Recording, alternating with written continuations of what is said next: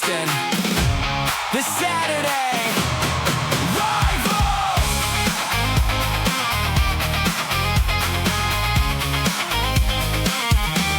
The Saturday Rivals! What's up, everybody? Cam, Mason, and Preston back for another episode here at the Saturday Rivals. Interview last week. We have an interview on somebody else's podcast coming out this week, so we'll be sure to link to that when it's available for you guys to check it out on socials and everywhere. But fellas, Mason, Preston, how we doing tonight? I'm doing great, and funny enough, we just actually went through a whole. Actually, never mind. Preston, you tell me how you're doing too. What was that? Okay. I gotta hear from Preston first. Okay. I'm doing good. Not a lot going on today. I'll be quite honest. I went and ate lunch with Cam earlier at Subway and then came home, did some yard work, and now I'm here. So pretty chill day. That's cool. Okay, so no All right, invite Mason, to the date. go ahead and spill it. Screw Go it. ahead and spill it. Mason, we've invited you to plenty of things, okay, and you never take me up on it. So I don't want to hear it. Okay, so I was sitting here, we're going through our whole pre-show thing where we're trying to figure out what we're going to talk about, right? And we just so happened to gloss over one thing that I didn't think about until the music started playing. And Cameron, I don't think you actually had the chance to give your opinion on Jaden Daniels yet. And it's an immediate off rip. We actually talked about kind of taking it easy this episode and trying to stay under an hour, and I'm already throwing it off. We're going at So an I hour take and the a blame half for now, it. just because you brought that up. Just because you brought it up, man. Oh, man. All right, let's hear it. I knew it was coming. Like, I intentionally didn't say it before we started recording because I knew at some point it would get brought up. So, like, I just knew. And it happened literally right at the start. Okay, thanks, Mason. This whole thing is stupid, is what it is. Okay, it's dumb. On both sides, okay? I have problems with Jaden, and I have problems with LSU. I have a Jaden Daniels jersey in my closet that I wear like every other week during the football season, and now I don't even know if I should even wear it anymore, or if it's just to buy a new one for a new player. I don't even know. That's how annoyed and upset I am, okay? It's stupid. Jaden, no one's bigger than the brand, okay? LSU, where's the freaking statue already? All right, where's Joe's statue? Where's Jaden's statue? Why is their number not up on the building yet? Like, what's going on? It's just, I'm just. Also, Brian Kelly, you suck too for promising the number. Yeah. Are we just Okay, going to can I start get some giving? clarification there? Are we just going to start giving high fours from now on? Like, no more high fives in honor of Jaden Daniels. I mean, I will say the best thing that has come out of this are the memes. Everything I've seen on Twitter has been absolutely hilarious, like comedy gold type stuff. So, Okay, I just want some clarification because Lane Kiffin is making out of this like an angel, giving the guy the number that he promised. Okay, somehow Lane's getting a dub out of this. So Brian Kelly promises to do the number, right? But he doesn't wear the number his freshman year, so he's getting it his sophomore year? So here's how I would understand it. It falls at Brian Kelly because he's the head coach, but his main, DJ Pickett's main recruiter, because he's a DB, was Corey Raymond. So Corey probably promised him the number. Everybody, from what I've heard, everybody that was his finalist, which I think was like LSU, Miami, and one other school, I forgot, but they all knew that apparently number 5 is like the biggest deal in the world to him. And if you didn't let him or promise that number, you had no chance of signing him. So the story goes, promised him, sign him. And then Brian Kelly reaches out to Daniels to see if it's cool, if it's all right with him wearing it. And apparently it wasn't. So Brian Kelly said, oh, no, we're not giving it out. So you got to wear something else. And then he wore 3. And so then apparently DJ Pickett's people had receipts and brought it up to Lane Kiffin whenever that whole thing was going on. And Lane's like, well, like, I don't know what else I'm supposed to do. Like, obviously I want the guy that's going to I was a freshman all SEC cornerback to stay on my team. I don't have a ton of depth behind that, so yeah, I think we'll do it. We'll talk to Daniel, like Jaden, and he probably had the same response, and Lane just kind of made a call and was like, all right, well, you're gonna wear it because I need him, and like Jaden's not walking on the field, so like it won't be that big of a deal. And apparently, it is that big of a deal. Look, But you know what? It's Lane's just trying dumb. to save face, man. Lane's just trying to save face. He's just trying to please the masses. Like he does not care about former players walking back in there going, "Why are you giving that guy my number?" He's gonna be like, "Dude, I don't care. Like I'm the head coach at LSU right now. I wasn't the head coach at LSU 3 years ago. So what does it matter? You know, I mean, I don't see why Lane Kiffin matters at all in this conversation. But hey, I mean, I don't know, man. I mean, he doesn't. It's It's just what it's LSU, Jaden the and drama LSU. at LSU, man. Yeah. There's never a dull moment, like ever. And like at times it's really nice, and at times it's like, this is just dumb. Like, what are we doing?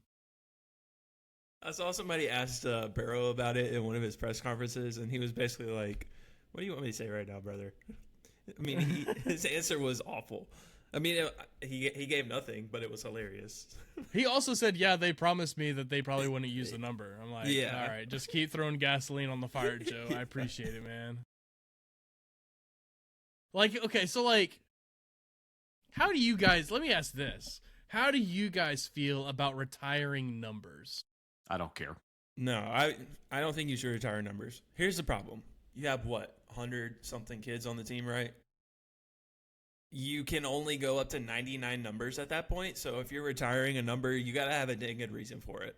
I don't agree with retiring numbers in college. Ring of Honor, statues, whatever you want to do, go for it. But retiring the numbers just seems a little silly, especially for a guy that didn't win a national championship. So I totally agree with you, Mason. I'll just say that. One example, it was funny. I brought this up to my little brother when we were moving him in on Friday because I had brought up I agree with you. I don't see retiring jerseys as like this amazing thing to honor a player and all that. Like to me, it's kind of stupid that you're gonna take a number away like forever. Like you're just gonna take it away from future players to be able to wear. Like if you want to really extend a legacy, like perfect example, Michael Irvin. He's talking about like guys wearing number 88 for the Dallas Cowboys. Like you have CD Lamb, you have Des Bryant. He's like, every time somebody sees number 88 on that field, guess what they're going to probably do? They're going to look at that and they're going to go, hey, Michael Irvin wore number 88. That dude wearing number 88 is pretty good, man. He's kind of like Michael Irvin. And then he gets brought up in every conversation involving a Cowboys player wearing that number. So in my opinion, it's like, if you got future players wearing your number and they're balling out, like that's the best way for you to get any sort of like, I guess, publicity later on, even when you're gone. Like, I think the good thing about that is like you get to extend a legacy of a number. Like LSU's got that with number 7. So I don't see what the difference is. I think, allowing a number to stay and you have other players that kind of earn the right to wear it. Like that's where I kind of sit. I think you got to earn to wear a number as soon as that number's kind of brought into higher echelon because of the guy that wore it. Like, Tim Tebow, I think that number needs to get earned every year at Florida. Like number 15 doesn't go to a guy unless that dude is like a championship level athlete. So, Well, unfortunately for you, that hasn't really been the case. yeah, very, very true. Very true. I agree with you. Kicker I agree and with you. Graham Mertz. I think it was my Eddie gosh. Pinheiro Eddie Pinheiro wore number 15. I think you're right. Which It's is kind incredible. of Give it's it to kind of the kicker. ridiculous. He was our best kicker. I think he was literally our best kicker since Tebow's been there. I mean, he's the best kicker I've ever watched at Florida. I can't name a lot of them, but I mean, I can remember him. So here's the problem. There's there's a couple problems, but here's a problem. When it comes to Jaden, like I agree with Preston that yeah, if somebody wears your jersey, like you should somewhat feel honored that they're allowed to wear your jersey. Like DJ Pickett isn't just some scrub walk-on player that's wearing 5. right? Like this guy could potentially be an All-American, could potentially be a first-round pick, not this coming draft, but the next draft. Like this is a 5-star stud cornerback. So like there's that. But also like there is the issue of, well, I was told by Brian Kelly or whoever else at LSU that nobody would wear my jersey unless I was cool with it. Whether it's a new staff or not, doesn't matter. Like I was told that. Also, the other guy that is like that I am under when it comes to Joe, like nobody's wearing his number.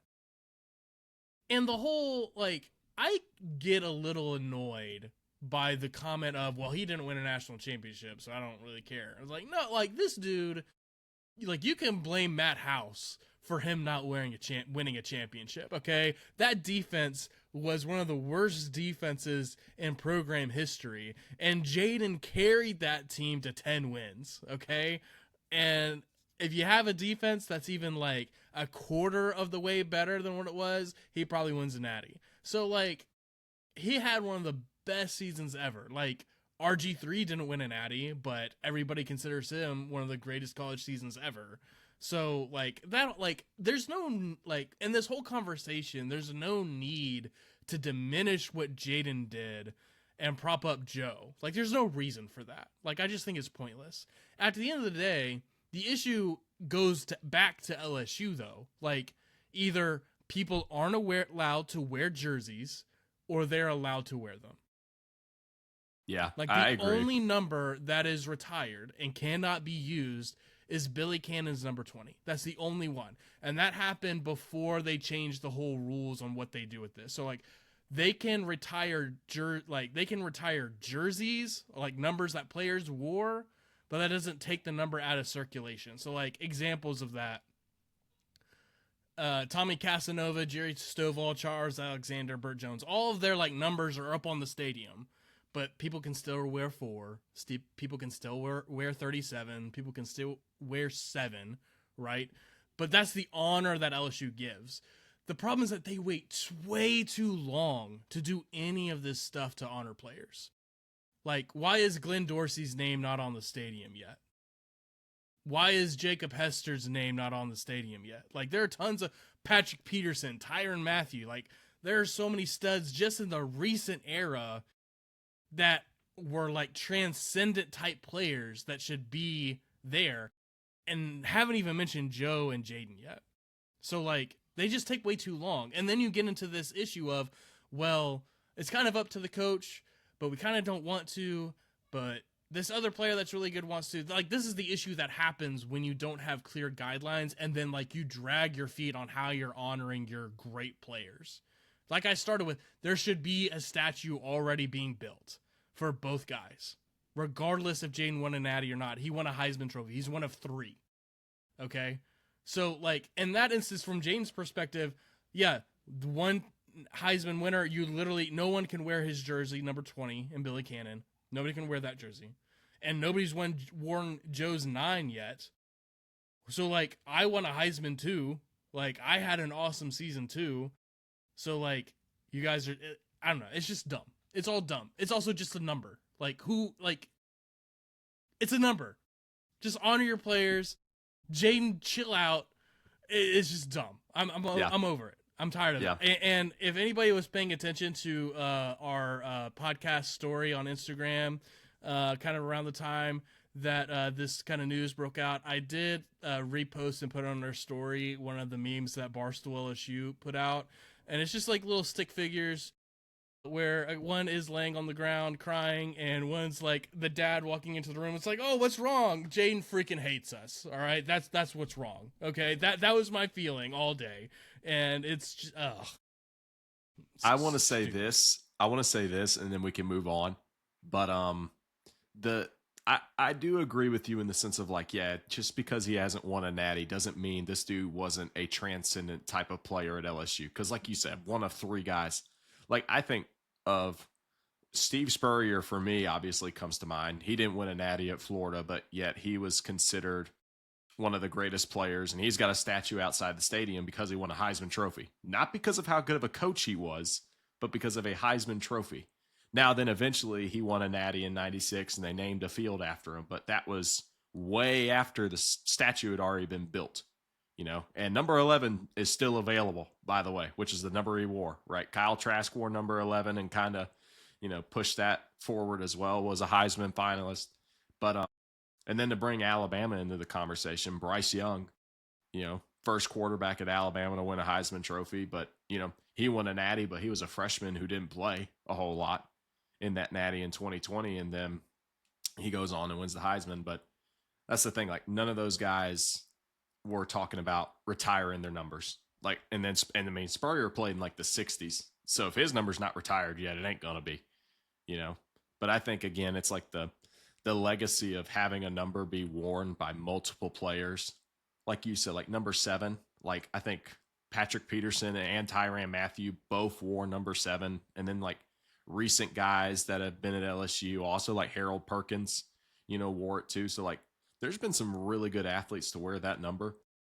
But yeah, I mean, the whole issue with like Brian Kelly promising that nobody was going to wear it, and then Lane getting there, and Lane's like, I don't give a piss, give him a number. And then Jaden's getting petty about it. I'm like you said, it's just a number, dude. Move on. It's not that big of a deal. It really isn't. All I'm hearing out of this is that y'all need to win more natties.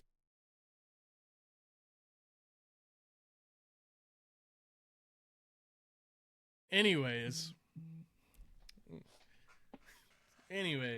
you know what, Mason? Transition. You can shove it, all right? You can shove it, all right? I don't want to hear it. All right, let's move on. Listen, if it wasn't for Nick Saban going to the Dolphins, we would have been the dynasty. But he was an idiot. That didn't Shout happen. out to him. So- Shout out to the doctor that said Drew Brees was never going to play football again. Shout out to him. Shout out to the trainer. Yeah, shout out to that trainer. Nick Saban sitting That's here. pretty I cool. will not be the head coach at the University of Alabama. And then, yeah. Whatever. All right, let's talk about coaches then. Let's talk about coaches. Let's talk about hot seat coaches. This is Mason's favorite topic. Is it not? 100%. Yeah. So I don't know if listen, that it's makes always me a fun. bad person or what, but I love You just love to talk about You the love failure people of getting others. paid, man. What do you mean? Yes, I'm just looking out for their families and their buyout. Listen. We gotta listen. It's great. It's great. So, I'm gonna give some names. And you kind of tell me kind of how we're feeling about them. Do we think they get fired? When do we think they get fired? Just all this stuff. Just give me thoughts, okay? So we're gonna start off. Let's start with old Mike Locksley at Maryland. Okay, I would definitely say Consecutive that. 4 and 8 seasons. Yes. Year 8? I didn't realize he was there for 8 years. Dude, he's been there, He's been for, there a for a while. while. Because he was Alabama's OC, and then he took that job, I think. So he's been there for a minute. Here's the problem. If you're Maryland, like, what are you working with? I mean, I would assume you could probably do better than Mike Locksley. Can't even say the name. Mike Locksley. But I don't know.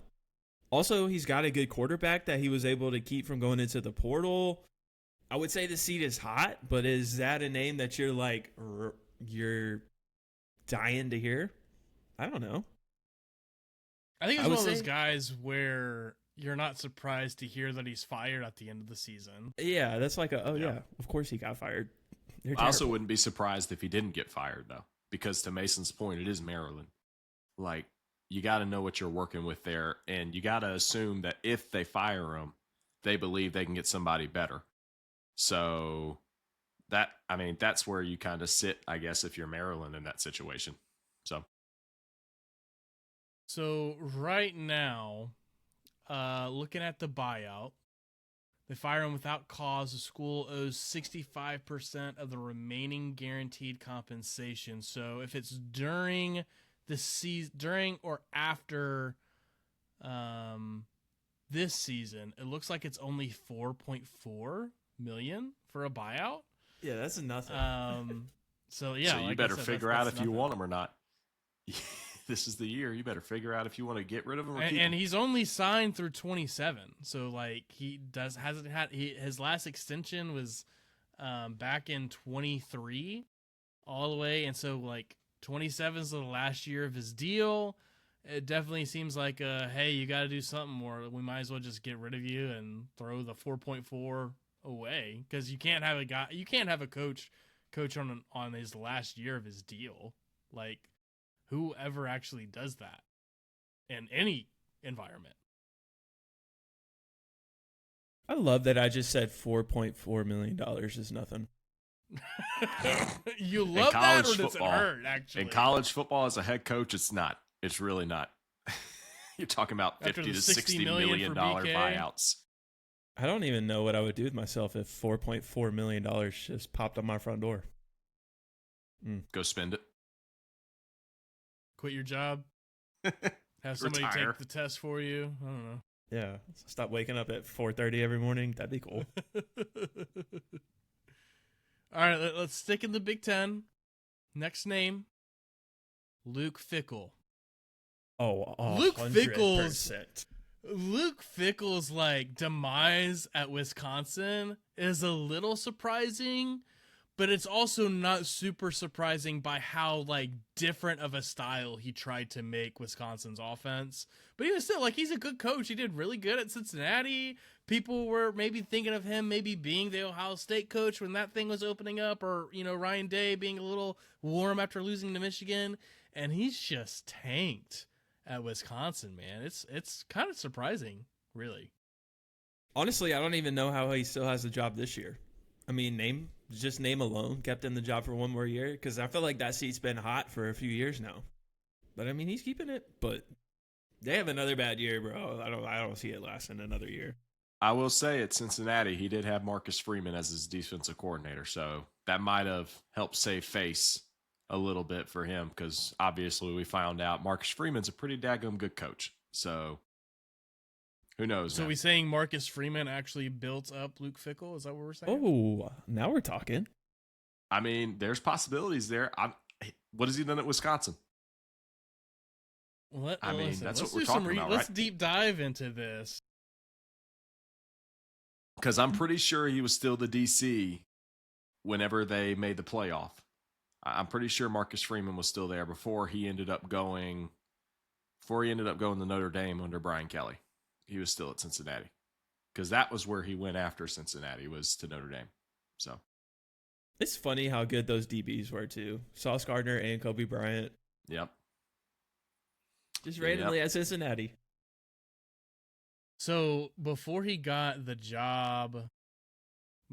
head job at Notre Dame, he obviously was maybe going to LSU as DC before Yep. Notre Dame And quickly then he took pivoted that and Notre gave it to Dame him. job.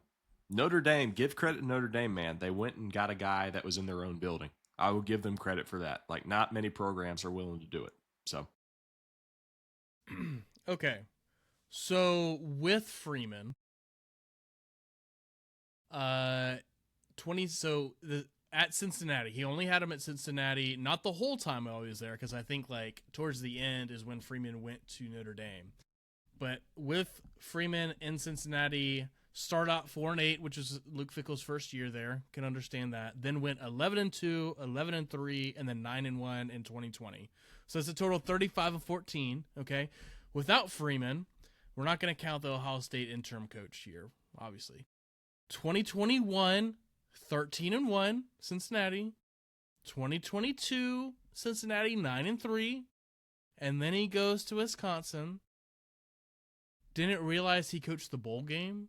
Luke Fickell did at Wisconsin. Didn't realize that until now, but apparently he coached the bowl game because he was 1-0 in 2022.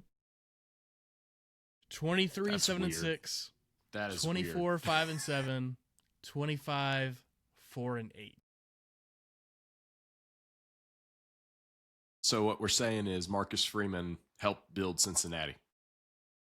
That's what we're saying, Help right? Build?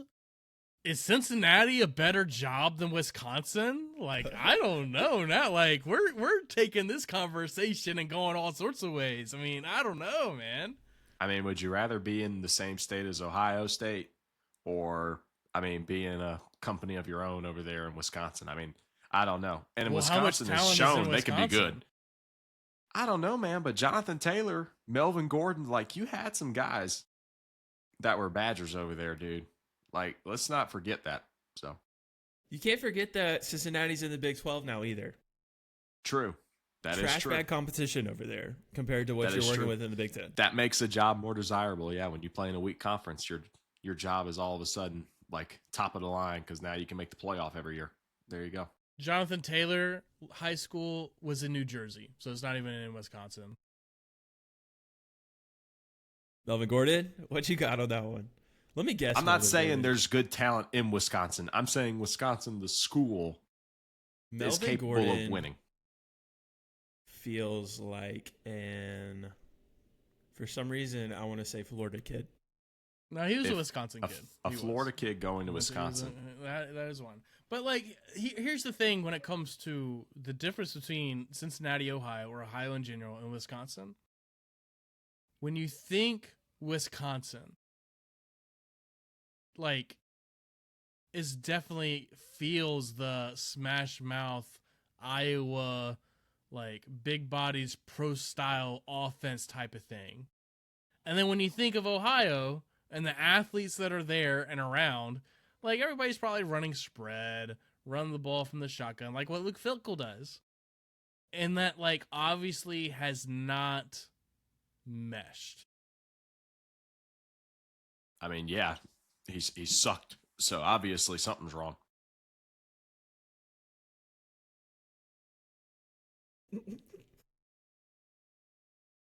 Oh, man. Oh, dad duty. We're not editing this out, by the way.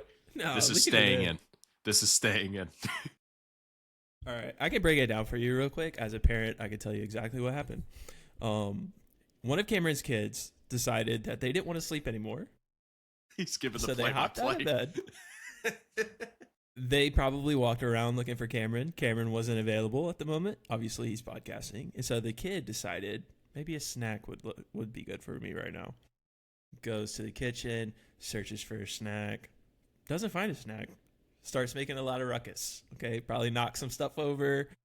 There's probably some stuff knocked over in the kitchen right now. Okay, then the kid probably sees the cat, starts playing with the cat a little bit.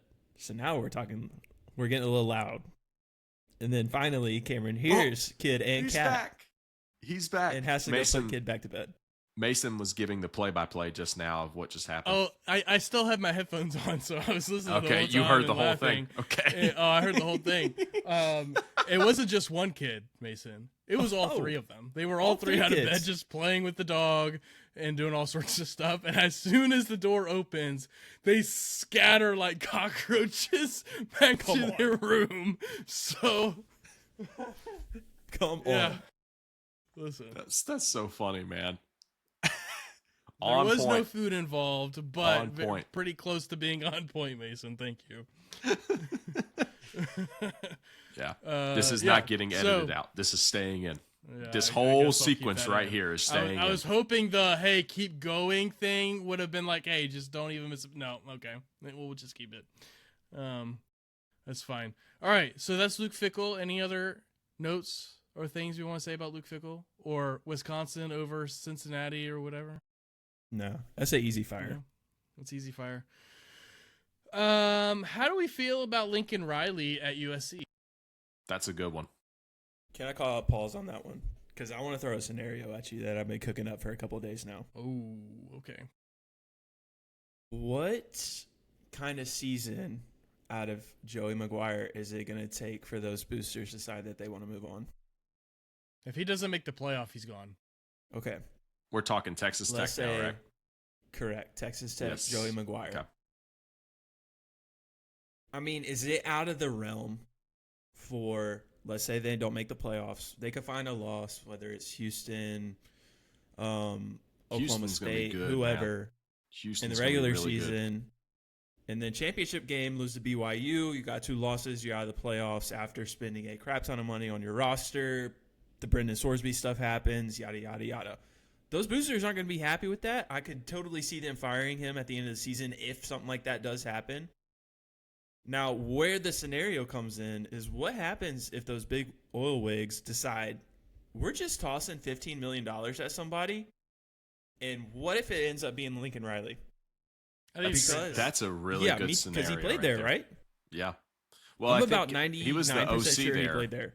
I think it was the OC with Mike Leach when Mike Leach was there. He was either OC or he was like a wide receivers coach. I can't remember He was which. Maybe something. quarterback coach. I don't remember. That's a good scenario. I don't know if Joe McGuire gets fired if they don't make the playoff, but I mean, to your point, like the boosters spend a crap ton of money there right now.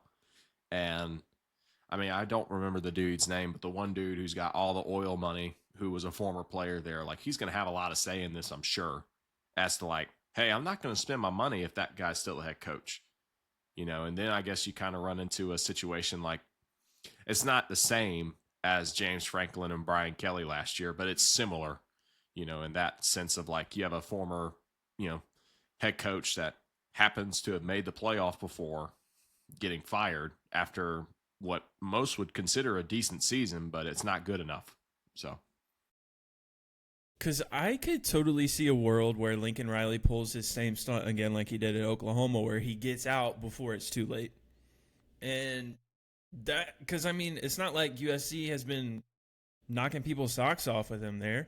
Like they've honestly been a little disappointing for what you kind of expected him to do there. And so if it happens again this season, Texas Tech job opens up, they throw a crap ton of money at him. Like I could see him bolting immediately.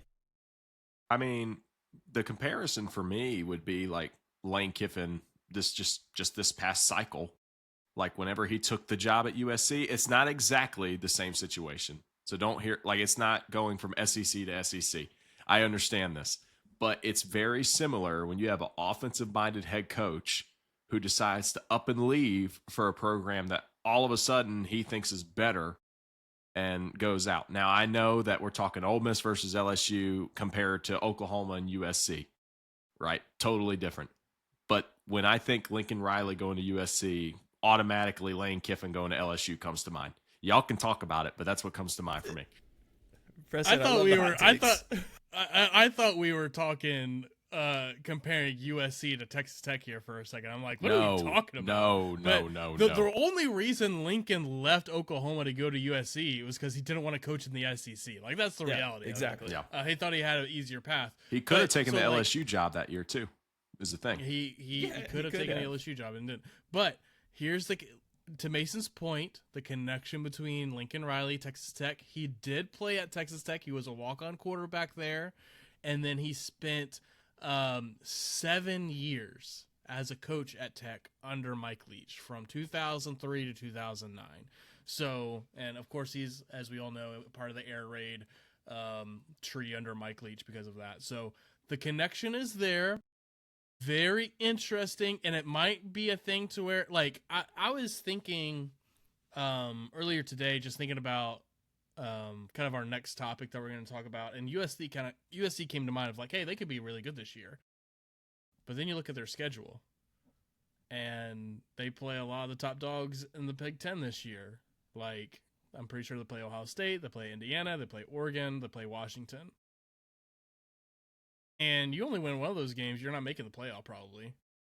You lose all 4 of those games, you're not making the playoff. And do you get fired at USC and then go to Texas Tech because you're available? Or is your seat just red hot? One of these situations, like another coach that I'll bring up, is your seat just red hot that, you lose 2 games, when you start the next year, you're gone. And instead of dealing with that, you just go ahead and jump ship and hypothetically, like Mason said, just goes to Texas Tech if it's available. I don't know. But I think Lincoln Riley at Texas Tech, Lincoln Riley at TCU, Lincoln Riley at any of these Big 12 Texas schools, I think is a match made in heaven and a perfect situation for him to build what he wants. He just needs to get out of the Big Ten, man. Unless USC can start winning those big games this year, he just needs to get out of there. Because if he doesn't do it this year, it's just not going to happen. The talent that he's had there over, I mean, how many years has it been now? Like 5 or 4? It's been something like that. Like he's been there for a minute at this point. So if you don't get it figured out this year, dude, like I don't see it ever getting done. So I think it's the number we're not allowed to use anymore. No. Funny. Real funny. Year 5. Very funny. All right. Next one. I Let's think just go I know with who this this one. one's going to be. We'll go old Mike Norvell at Florida Knew it. State. Freaking knew it. Yeah, he should have been gone last year. I don't know why he still has a job, but anyway. Mason, you go ahead first. Do you have that buyout number? I mean, that's Let me get it. That's the the only kicker. reason they I mean, didn't do it. Yeah, That is the only reason they kept him. It's not. I think it's 45 to 50. I think this yeah. year. I mean, come on. That's the whole. That's where it just falls apart immediately. Like it's Florida, because I mean, at that point you got to start thinking, all right, you're paying $40 million to fire a dude, then you might have to pay, I'll just say $15 million to pay for whoever's buyout that you want to come and hire. So you're starting to add up a little bill for yourself just to fire Mike Norvell, or you can write it out for another year or two. So right They now, don't if need they to ride it fire out for him 2 before years, the man. season starts, This year, they or can during ride it the out. season, it's 51 million during the season. 51. If it's after the season, it drops down to 45.6. He's got to be a Sexton guy. After 27, it's 36.8. After 28, it's 27.7. It I just doesn't say get into spend the single money and digits get him until out. the last year of his deal. Spend the money and get him Jimmy out of there. Sexton is cooking on these buyouts. Cooking. I'm low-key My favorite thing glad was- that Florida did not hire a Jimmy Sexton coach. I will say that much. I'm kind of happy we did not hire a guy that happens to have Jimmy Sexton as his agent. I will say that. I mean, you are just shopping for G5 coaches, so it's not that big of a deal. Yeah, at this point, we gotta start from the bottom and get back up there. So Louisiana G5 coaches specifically. Louisiana They've G5 got- yeah, coaches, man. apparently They've Louisiana. got a tight This one one I like more than the last one. I'll say that. But it's also the preseason. If he wins games, then I'm gonna like him a lot. But we'll find out. So Did you hold on, let's just be honest, because you've mentioned this a couple of times in our interview that we had and here on our podcast, that you like this one more than the last one. But it sounded like you really liked the last one at this time, whenever he first started out. So let's just be honest real quick. How much did you really like old Sunbelt Billy at the time that he started before Now, his first year? the benefit of comparative to old hindsight- John Summerall. the all right? benefit of hindsight plays a lot of factors as to my excitement to John Summerall compared to the old Billy Napier saga that we just went through. Okay. But yes, when Napier first got there, I was excited, man. I thought, oh, well, he did good things at Louisiana. Every, interview, everything that I had seen from him, I was like, yeah, this guy seems like he's well put together. He's bringing a giant staff with him. Was a really good recruiter at Alabama, recruited some really good athletes there. I think Jerry Jeudy, I think Mari Cooper was one of them too. I could be wrong, but he was the wide receivers coach at Alabama there for a little bit. But yeah, I mean, I said this on the interview yesterday. If he just hired an offense coordinator, he'd probably still be there. But that's again benefit of hindsight. But yeah, man, no, the Napier train did not go the way I thought it was going to go. Now, I also thought Dan Mullen was just going to end up winning a national title at Florida, and we were just going to have him for the next 20 years. But obviously that didn't Pushed him happen out either. for no reason, Preston. All right, Whatever, he was bro. fine. He Whatever. was fine. I don't care All right. what he says because he's at UNLV.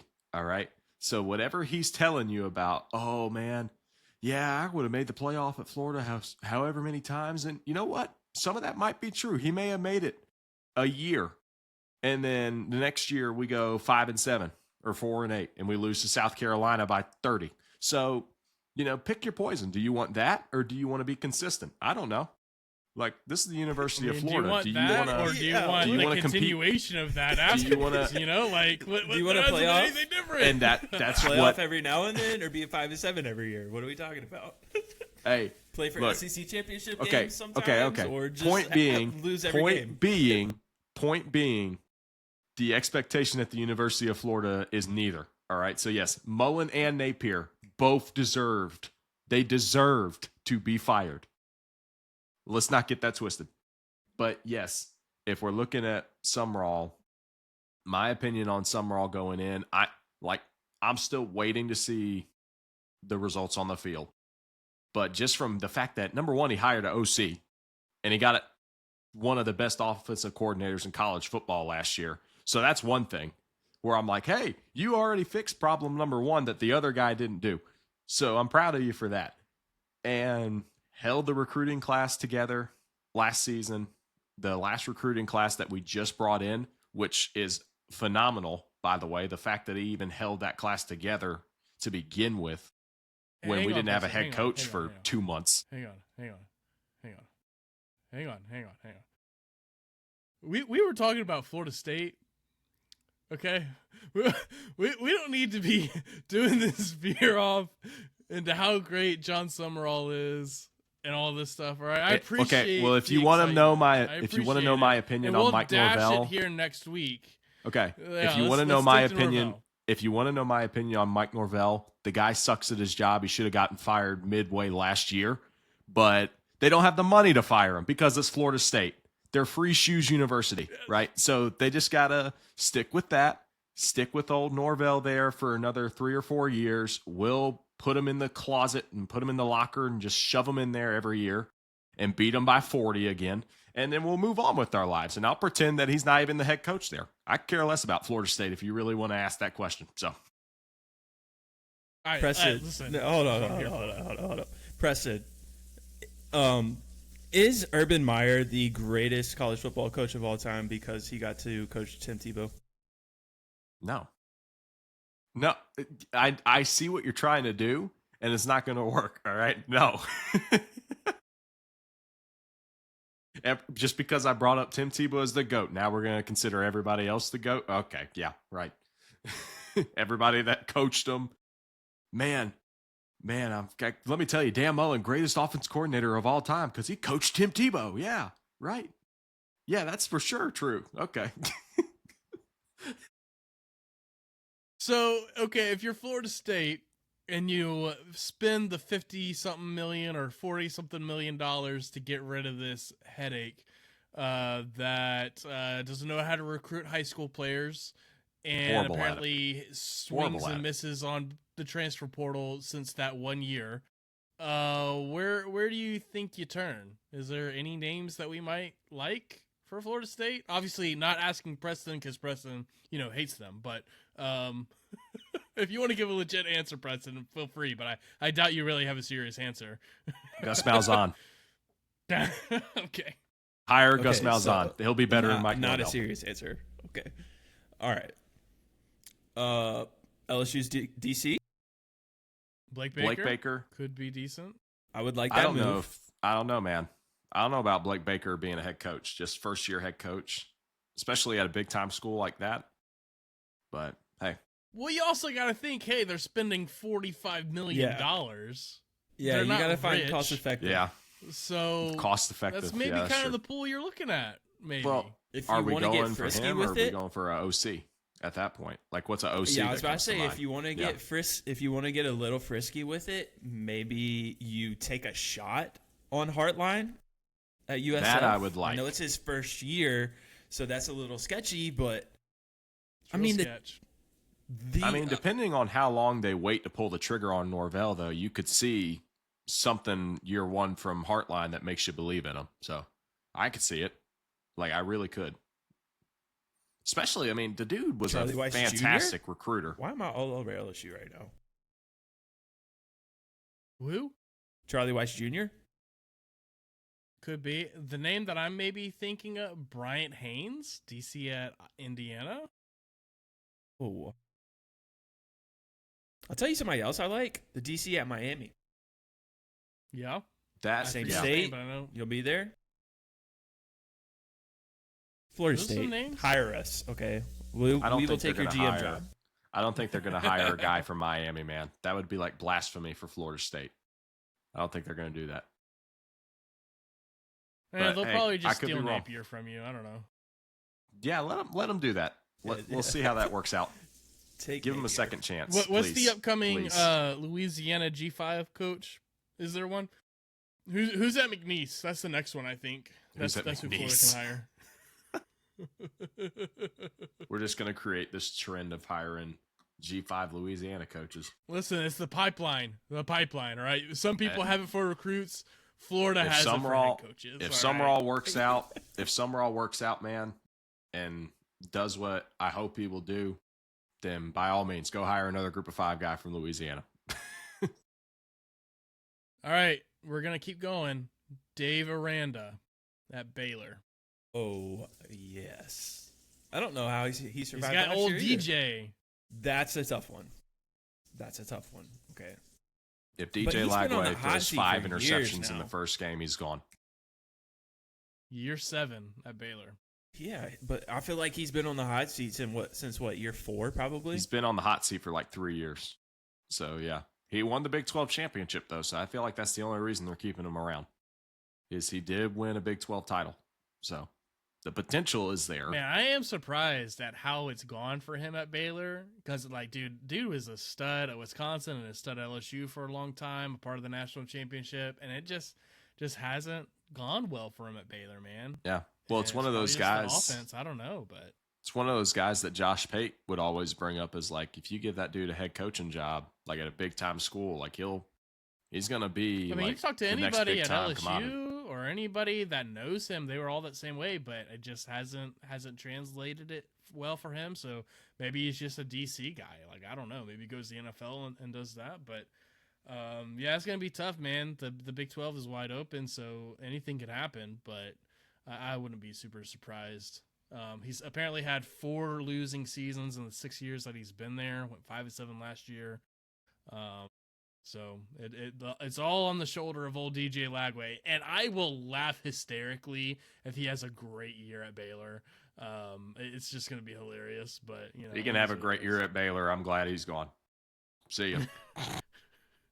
But we'll ask you how if you still have that thought, Preston, when you guys are like 5-7 again, and we'll see That's if you not still gonna feel happen. that way. But It's not gonna happen. ooh, heard it It's here, not gonna happen. happen. I Heard will. it here. I will bet on it right What- now. What the are you gonna most- do if it happens? If it happens, then fire him. But if it doesn't, it's not gonna happen though. It's not You're gonna already happen. firing him, Preston? If he goes 5-7, we're not doing this again. Fire him. Get rid of him. I'm not doing this again. For another 4 This could be years, fun. This could for be real another fun. 4 years, I could care less how hype you were at press conferences or what quips you have. Get out. Preston, Like, you've been see ya. slobbing all over this Bye. dude the entire time we've been doing this. 'Cause I And don't now think you want to he's gonna fire go him 5-7. after one.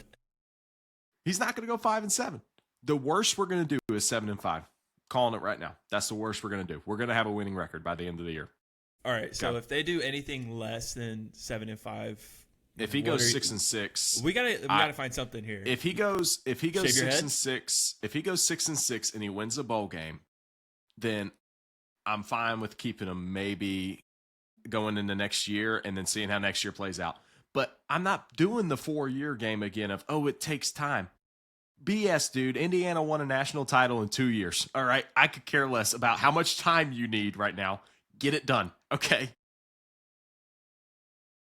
I think he goes reverse Mohawk. Mason, oh, if it happens. yes, 100%. Hey, look, down the middle. I will go bald if they go 5-7. No, All right. we got to go reverse Mohawk, not Yeah. bald. Reverse Mohawk. Yeah, reverse If you go Mohawk. 5-7. All right, 5-7 reverse mohawk. All right, let's I'll- go. Officially be- official. I'll be Yeah, wearing a wild. ball cap for a month, but No, we'll you can't. do it. That's all that You gotta go As long hair as out. we have it on the pod once, at Yeah. least once. Every pod. No, every pod. Nah, Hair every out. pod. Every pod. All right. I don't know if I can do that. I don't know. Reverse mohawk All right, every pod. I'll quick Oh, man. fire some, and then we'll move on. Old Shane Beamer, South Carolina. How we feeling? Yeah, I talked about We that think- a few weeks We ago. I think think South it Carolina's was. gonna bounce back. I don't know. So South Carolina is one of those teams where when they have zero expectations on them, they always start popping off. When they have the expectations, they're terrible. Right now, they have no expectations, so you can kind of see maybe something with Lenore Sellers, but they also just lost 2 of their top 3 wide receivers for the year. So Yeah. man, I don't know, man. you want to don't like know, man. South Carolina. That's kind of the problem. They have a great game day environment. Lenore Sellers and Shane Beamer are both fun. But at some time, at some point you just gotta call a spade, and he's not getting it done. And if it happens again this year, it wouldn't surprise me if they let him go. I love Shane Beamer, man. I do. And that's why I really like out of all the coaches on the list on the hot seat, and there's more that we can bring up after this, but like Shane Beamer's the one where I'm like, that guy just is like built for South Carolina. Like the energy he brings and the stuff he's a good recruiter. When it comes to like South Carolina football, the guys that he's been able to bring in there, like he's done a really good job with that. But I don't know, man.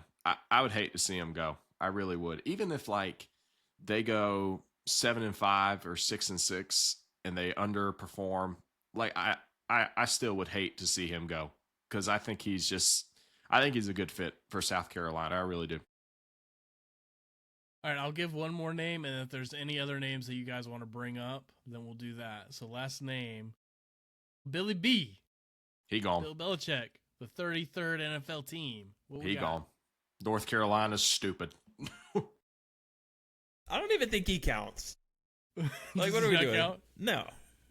He's not on the hot. He's like in a similar situation to Norvell. They're both kind of already fired. They're just waiting for it to actually be done with. So, we're sitting The only there, difference Billy is B. that Billy B is only owed like $10 million.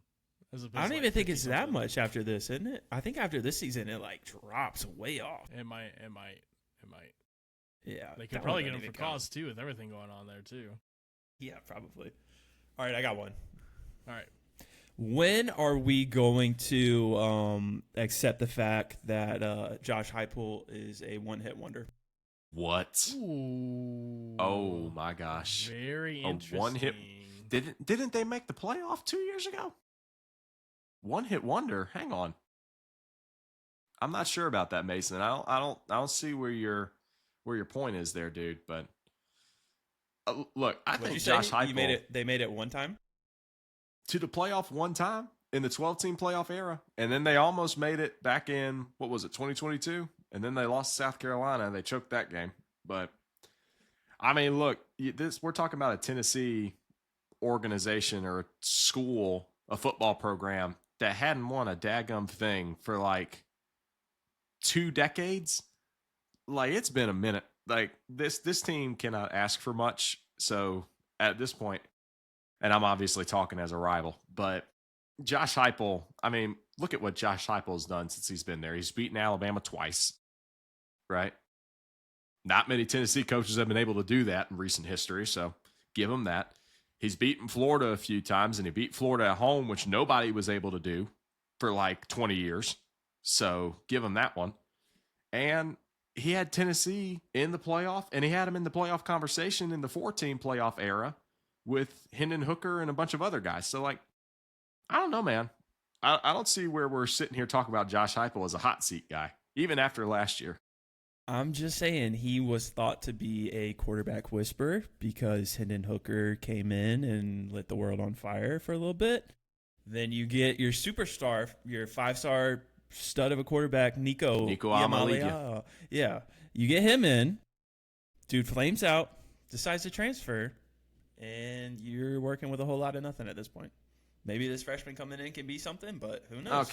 Okay. Joey Aguilar, but we're going to see. I know he's not the greatest quarterback to ever grace Tennessee, but the dude got the job done. Like, let's not ignore the fact he was a good quarterback last year. He's one of the better what was the quarterbacks in job the at that SEC. point? They won, 8 games last year? Hey, look, man, I didn't say the rest of the team was good. I said Joey Aguilar was good. All right. But yes, the Nico situation I think is unique because that has a lot more to do with Nico asking for money he was never going to get versus what Josh Heupel did. So I think that situation, there's a little more to it than just he just decided to leave. Like there's more that goes into that. I think the thing that makes the question intriguing is how unhinged Tennessee people are. Mm-hmm. Like, not even just talking football, talk baseball, talk basketball. Like, they're just unhinged. So, like, I wouldn't be. There were the fan base that, like, they thought they had a guy hired, and then the fan base basically revolted, so they had to unhire him and then they ended up with old Jeremy Pruitt. But and Fat Phil being the AD and all that nonsense that went on. So it's not out of the question.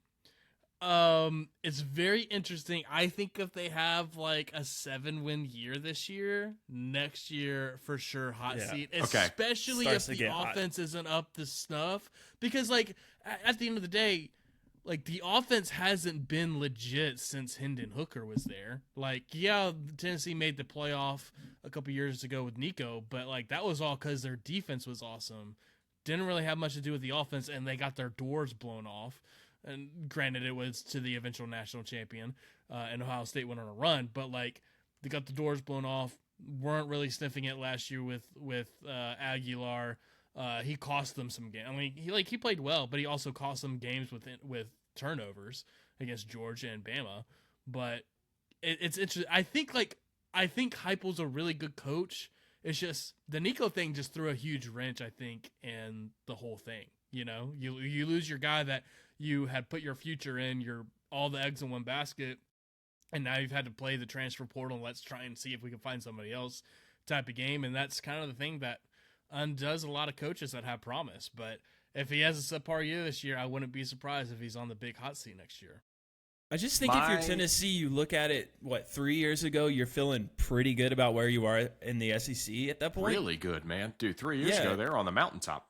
Shoot. But you look at it now, it's been downhill since then. They're probably, 7th, maybe 8th in the SEC.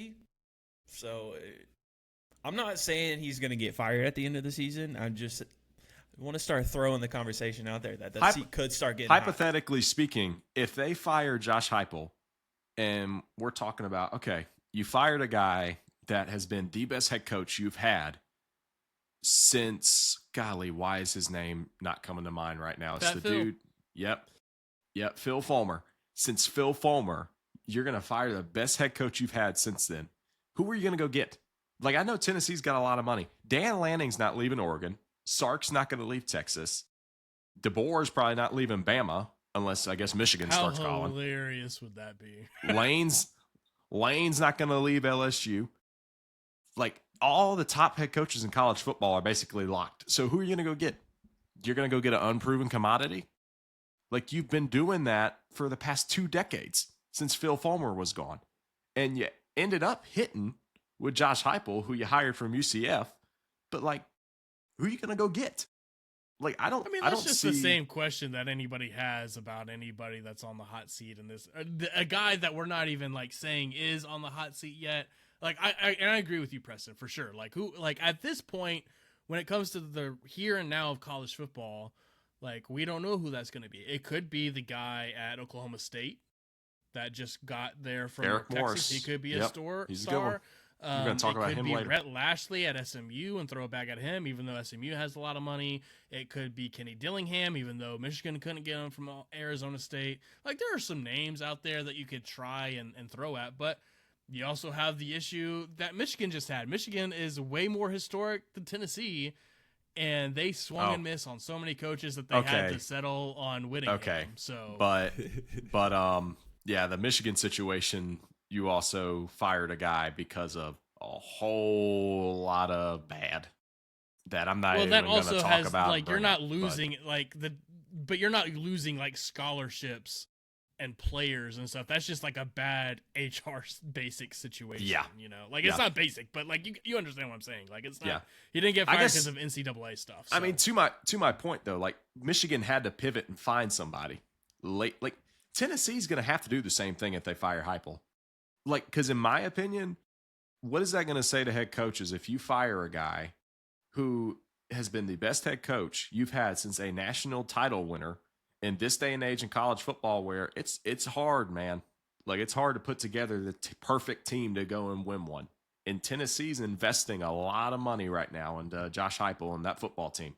So, and I mean, I guess to that point, yeah, if he underperforms for another 2 seasons, then yeah, I could see him being gone. But like, if he underperforms this year and goes another 8-4 season, and then they get rid of him, like, that's going to raise my eyebrows, man. And I'm going to kind of be sitting here later in December and January when they have to hire another guy going, okay, let's compare apples to apples. Is he better than Heupel? And my best guess is the answer is probably going to be no.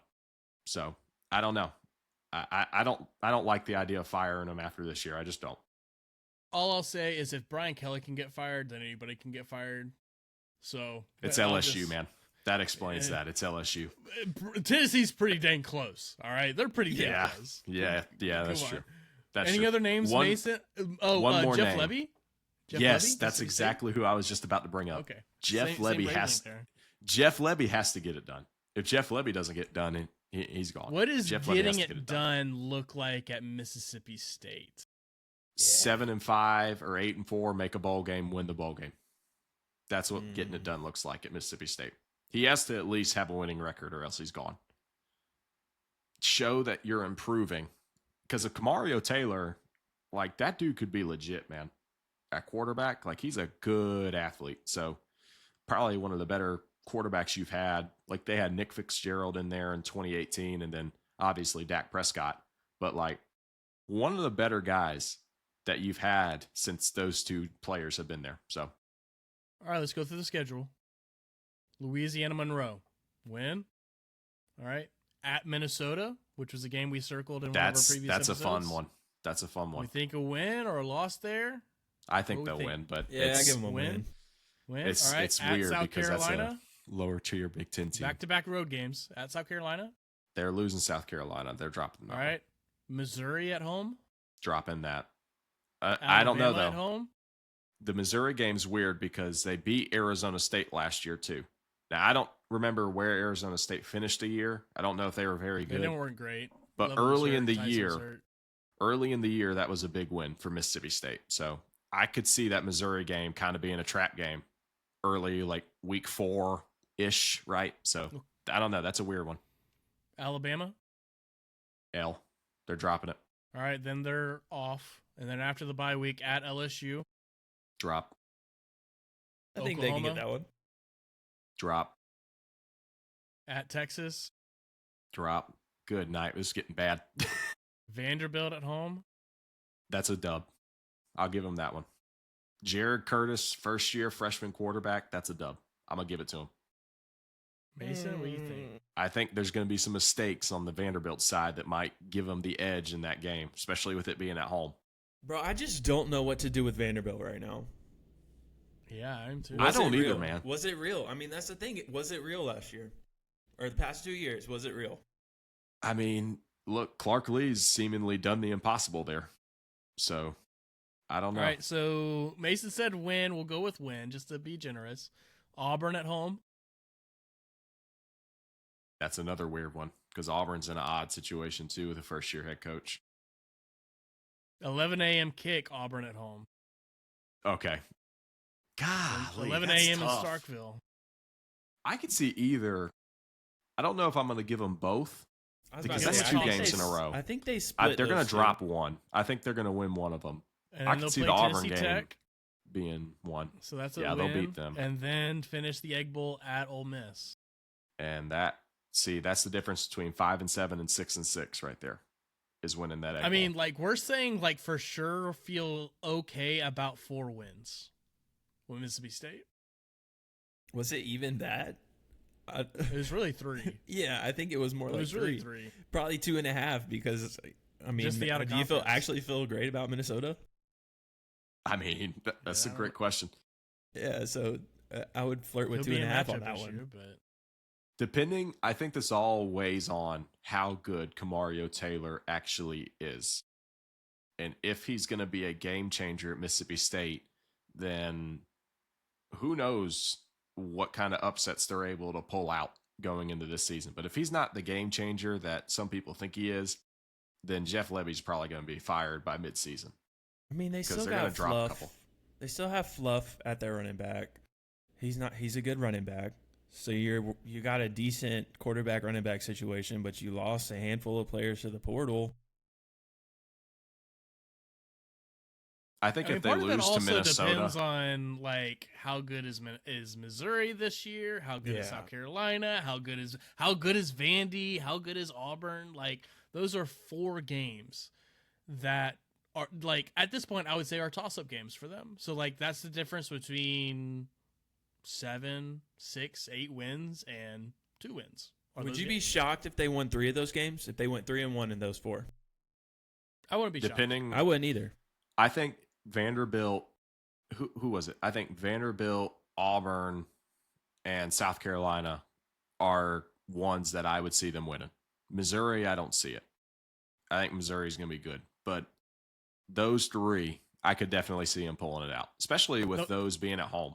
Is the thing. The problem that I have with the Vandy game is that the week before you play at Texas at night, and then you come home and play Vanderbilt. So, like, it's the go on the road.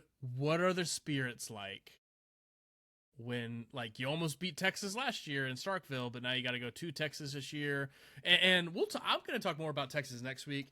For those that have heard us, like, a lot of us are high on Texas. We also have our poll that we're doing out. I put my preseason number 1 as Texas. Doing a little bit more deeper dive, man. Like, they better be really good, or Sark could be on this hot seat list. Either that, or he's going to go to the NFL. I'll just tease it for next week when we get into more preview stuff. The Dallas Cowboys should hire Steve Sarkisian. There, I said it.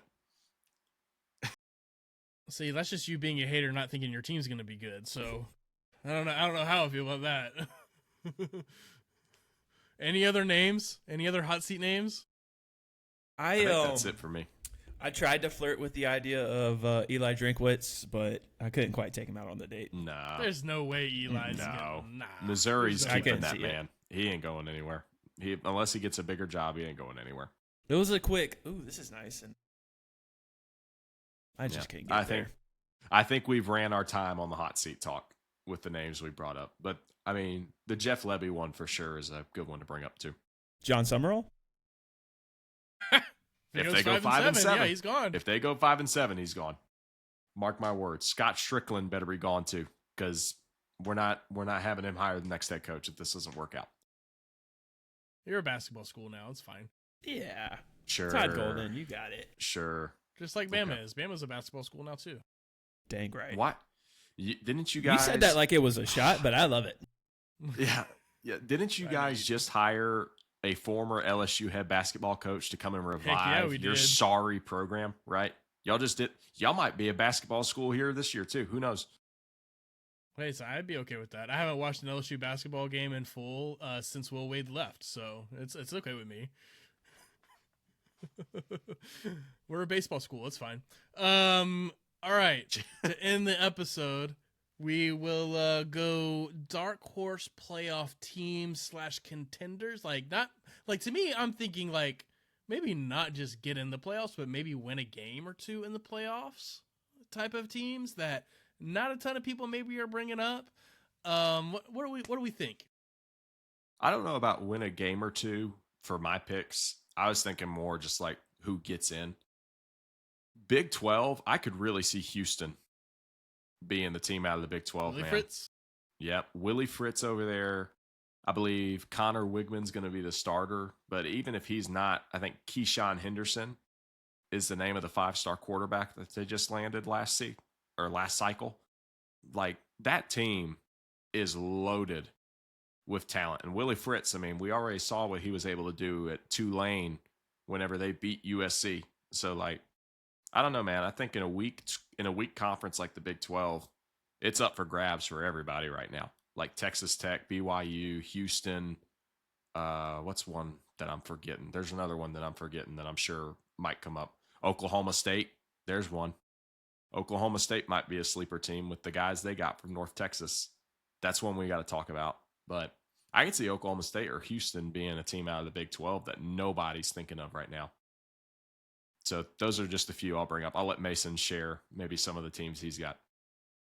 Man, I really wanted to try and find a team out of the ACC, but I don't see a world where that's going to happen. Louisville? Because, I mean, yes.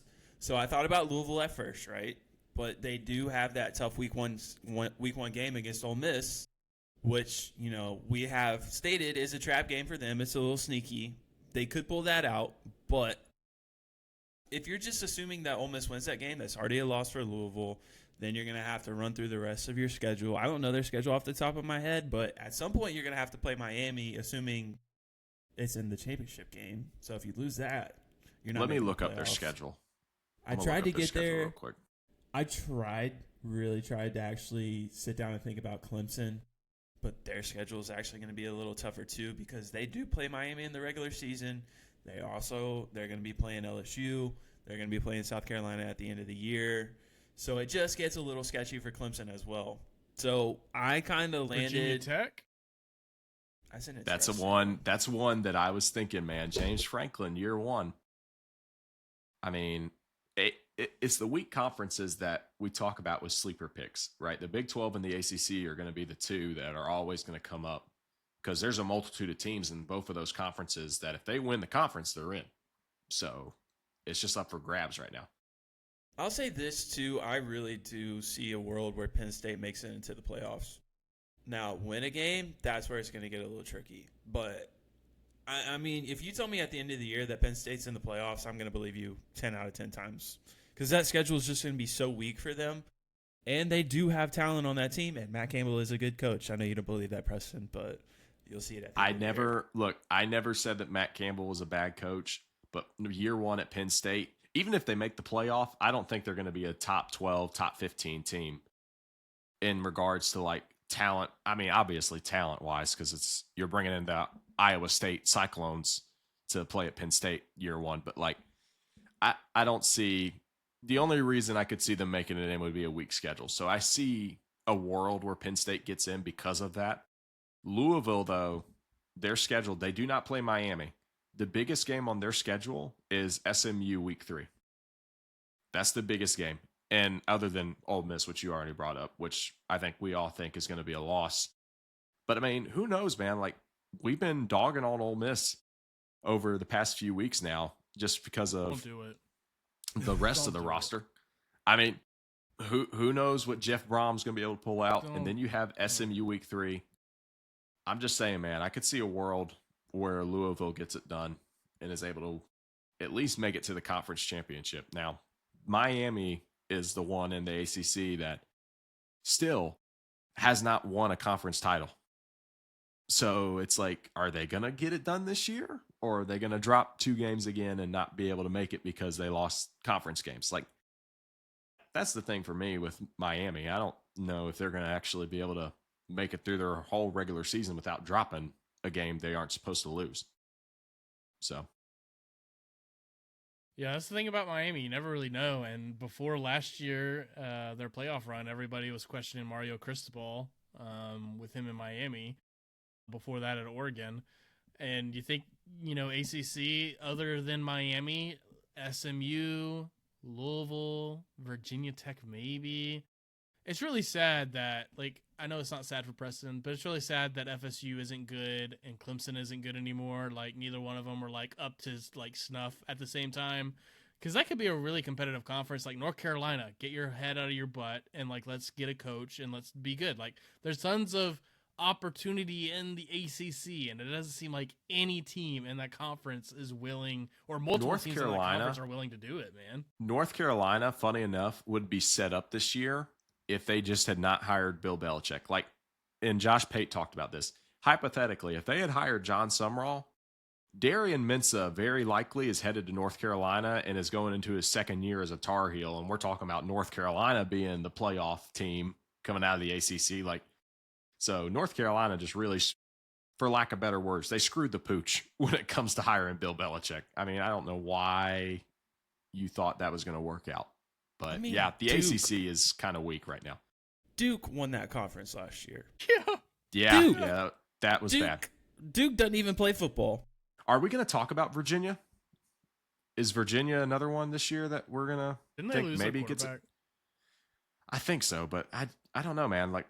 Tony Elliott's a good coach, right?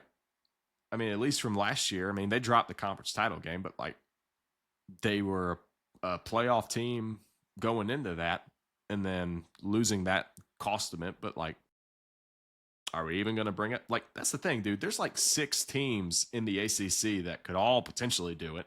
So I mean, I don't know. It's weird. I don't see Clemson doing it just because I don't think Dabo's going to get his head out of his head out of his butt and actually use the transfer portal and do all that. And it's too late to do it now because the transfer portal's closed. So, Yeah, I just don't know. I mean, there's going to be, it happens every year. There's some team that kind of comes out of nowhere, but it just feels like there's a lot of brick walls almost in those two weaker conferences between the ACC and the Big 12. Like, I mean,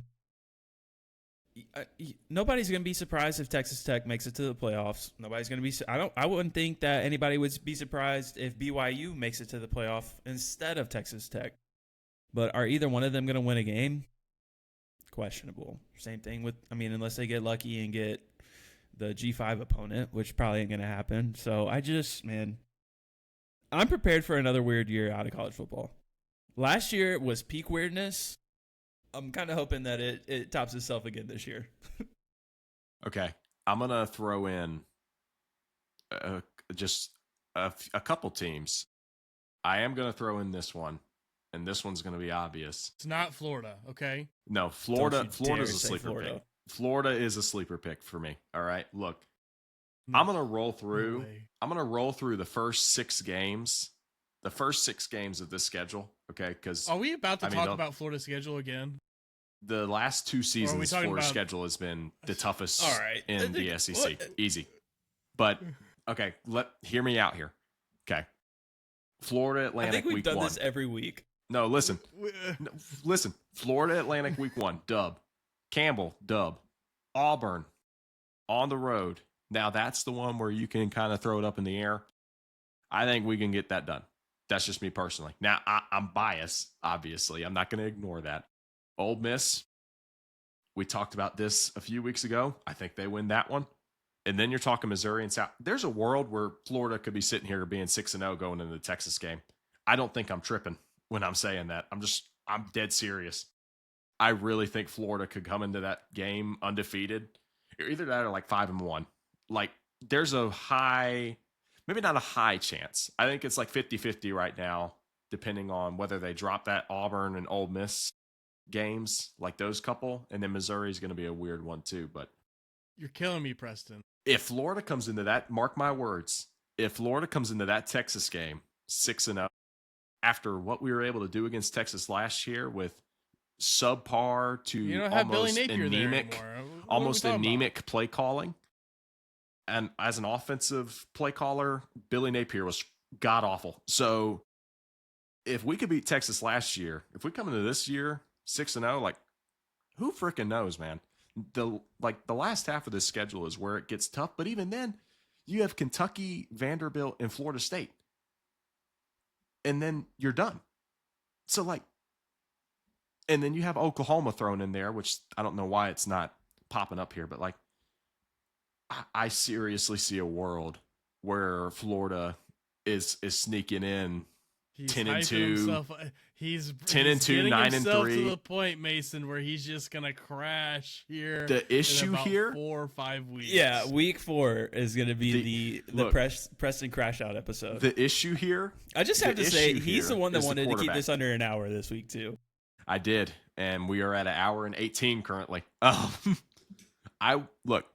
The issue here is going to be the offensive line, the quarterback. If those two things end up playing Preston, out to hold be your decent, roll for your preview next week, brother. we're good. We're good. Just hold your preview for next week. Hey, look, I'm throwing out some bait, man, to get people to tune in next week. All right, I'm just throwing it out there. If people want to hear my takes, they got it. Preston, is Tim Tebow the greatest baseball player of all time as well? No, he sucked with the Mets. He was horrible. Okay, cool. I'm just trying to find our line. Listen, at least Bo Jackson can play baseball. True. And Dion. Yeah. And Dion. Him. And apparently Russell Wilson. But he's, I mean. Sleeper teams, not Florida. Let's a couple for me before we get out of here. I think Washington is a sleeper pick in the Big Ten. I think, listen, you got to have a quarterback in today's day and age, and I think they have a quarterback. Their quarterback hates them, Damon though. Williams. Apparently hates them. I don't know. There's issues there, man. It's really weird. They just needed That's just a needed the weird thing. divorce. They needed the divorce, but they couldn't get the papers done, and it's just like now it's just Well, ugly. no, they needed the divorce, but then Washington changed their mind to be like, no, screw you, you're staying. So, whatever. Arizona State, I know they lost Levitt, but got some guys in the transfer portal, and Kenny Dillingham. Dillingham's a good coach. Dillingham, yeah. So it could be them. And then just kind of other ones. I like here Oklahoma State mentioned. I think Oklahoma State's going to be fascinating to watch with their offense. And I'm genuinely excited to see a high-flying offense at Oklahoma State. It feels like it's been like 15 years since Oklahoma State reminded everybody that they know what offense is. And so I'm excited for that. And I always have a little bit of love for TCU. But I don't know if they can get it done. And then Louisville's my other one for sure. Yeah. Auburn, funny enough, would be another one maybe out of the SEC. And then I guess it depending on if Lenore Sellers ends up popping off. Like the SEC, there are some that are just like wide open, weirdly enough. Now, every schedule's a gauntlet, but I think that plays a factor into the fact that it's kind of wide open. Like, depending on what schedule you draw and how good teams actually end up being. So You brought up how wide open the SEC is, and this is kind of my preview for us for next week as we get into preview for us next week. But all the talk all offseason is how wide open the SEC is. Boys, the Big Ten is wide freaking open this year. Wide open. Like, it's not a typical year in the Big Ten where there's one or two teams and that's it. There's just as many teams in the Big Ten that could probably win that conference and be good. Or for them to just cannibalize each other like the SEC has always done. That's a realistic possibility in the Big Ten this year. So I'm a little excited to talk about their potential downfall next week. So it'll be great. yeah, let's end it there. That's a good stopping point. Trashing on the Big Ten. I like it. Any final thoughts, Mason? I could give some final thoughts if y'all want to go another 30 minutes. No. Ooh, maybe. Oh no. Depends. How big of a final thought is this? We're good. I have nothing. Okay. I just All right, want to see guys, how we late appreciate Preston will stay up. When is he going to drop off? We I'll appreciate leave. everybody for listening. we appreciate everybody for listening and following along. Big thing, all right? We're bringing our own college football top 25 poll. Preseason is going to drop next week during the podcast. So super, super excited for that. If you want to be involved, and we want you to be involved, you just need to go to our socials, wherever you can find us, whether it be on X, Instagram, wherever, and just go to our bio, click the link in our bio, and we'll have the link for you to be a part of it. You're just going to fill out a form, 1 through 25. You're going to submit it. We're going to get it. We're going to put a graphic up and everything. As more people can get involved in this as possible, the better. Listen, everybody has thoughts about the AP and the coaches poll, and eventually what the college football playoff is going to be. And every single time there's big takes. We want you to be involved and have your take and have your voice heard to create this fan poll that's run by people and done by people that love this sport and not sports writers that don't actually care. Or, people that are in suburban Dallas that are just there for nice dinners and whatever else. So join the poll, find it there. We'll have some posts on socials about that as you can get involved too. If you want to get involved another way on the show, feel free to email us, thesaturdayrivals@gmail.com. Send us some DMs on Instagram or X, Facebook, wherever you can find us. And we'd love to get your involvement and questions on the show too. But until next time, until next week, you guys have a great one.